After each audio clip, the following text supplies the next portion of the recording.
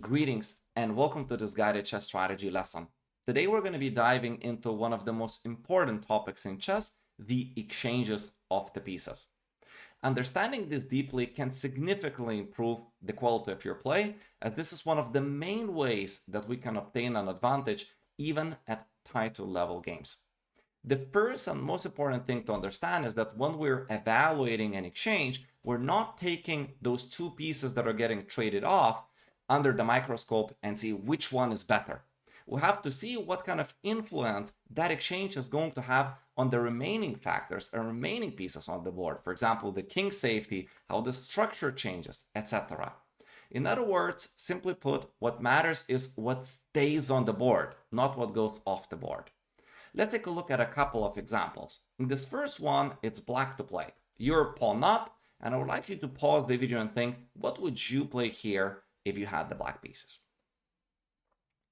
All right, so a very typical player would be thinking of simplifying the position because they're ahead by a pawn. So the first thing perhaps that comes to mind is knight takes e3.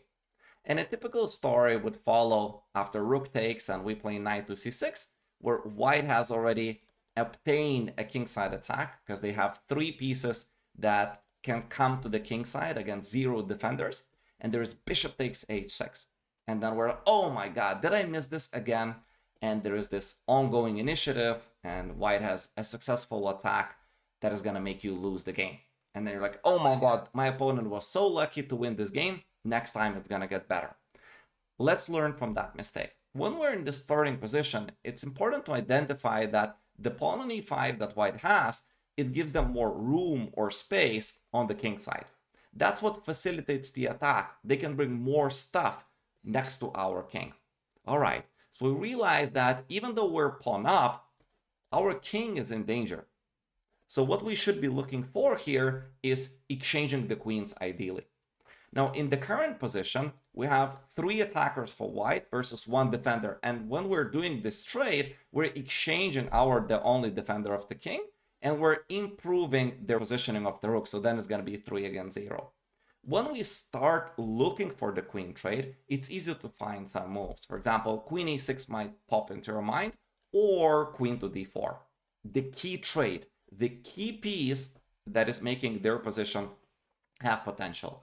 So now, because it's a double attack, we're hitting the bishop and the queen. White is kind of forced to take, and some say you cannot lose this in 1,000 years. I know that it's possible to lose any position, but the character and the nature of the position has changed completely. Right now, you're simply going to play simple chess, knight to c6, fight for the open lane, and show your technical skills to win, where you're not going to be facing any counterplay. Remember that the most technical player is not the one that wins in the least amount of moves. It's the one that gives least amount of counterplay. So white's attack on the king side is gone, your king is safe, and now you can be converting your extra pawn advantage. So it's about identifying that the queen here is the key piece you want to trade as your king is in danger. So we're not doing this trade by just evaluating the queen's activity, right? But an important tip for you also is that when we're offering a trade that we want to force, we very often are going to place the piece that we want to trade of ours on a very active square. It's very rare that you're going to, for example, move knight back or fall back with the queen in order to offer a trade. You go right into the active position and you're saying you can choose between two evils. Either my queen remains or my other piece remains very active, or you're going to be trading the piece. All right, let's go to the next example. In this position, it's black that is going to be playing for a key exchange. You can pause the video and try to identify how black is looking forward the next couple of moves to trade off one of their bad pieces. So in this position, because the black's pawns are all on the dark color, black would like to exchange the dark square bishop, which looks like a pawn.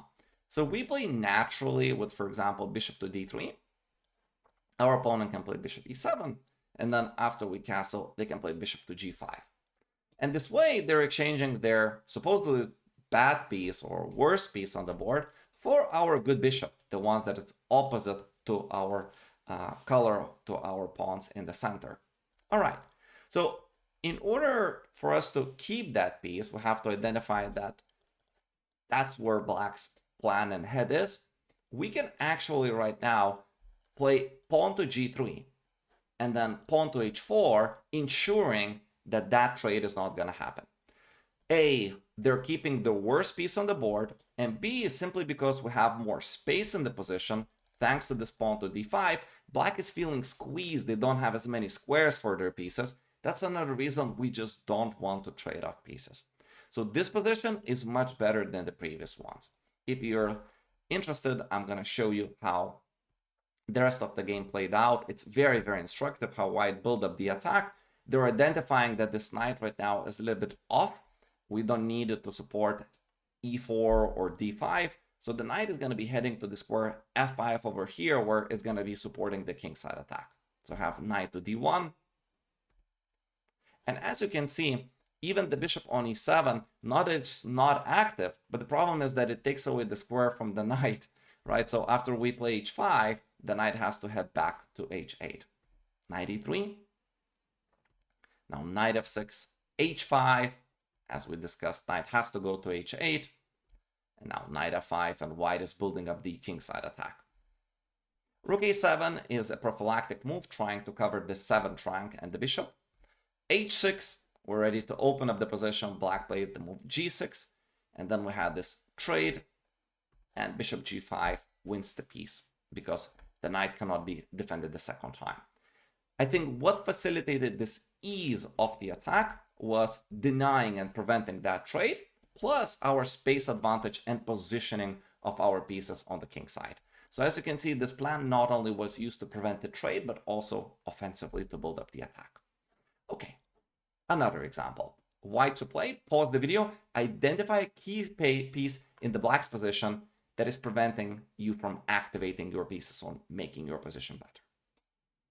So in this position, our pieces have a lot of potential. I would love to see my knight on e5. I would like to see my knight on c5.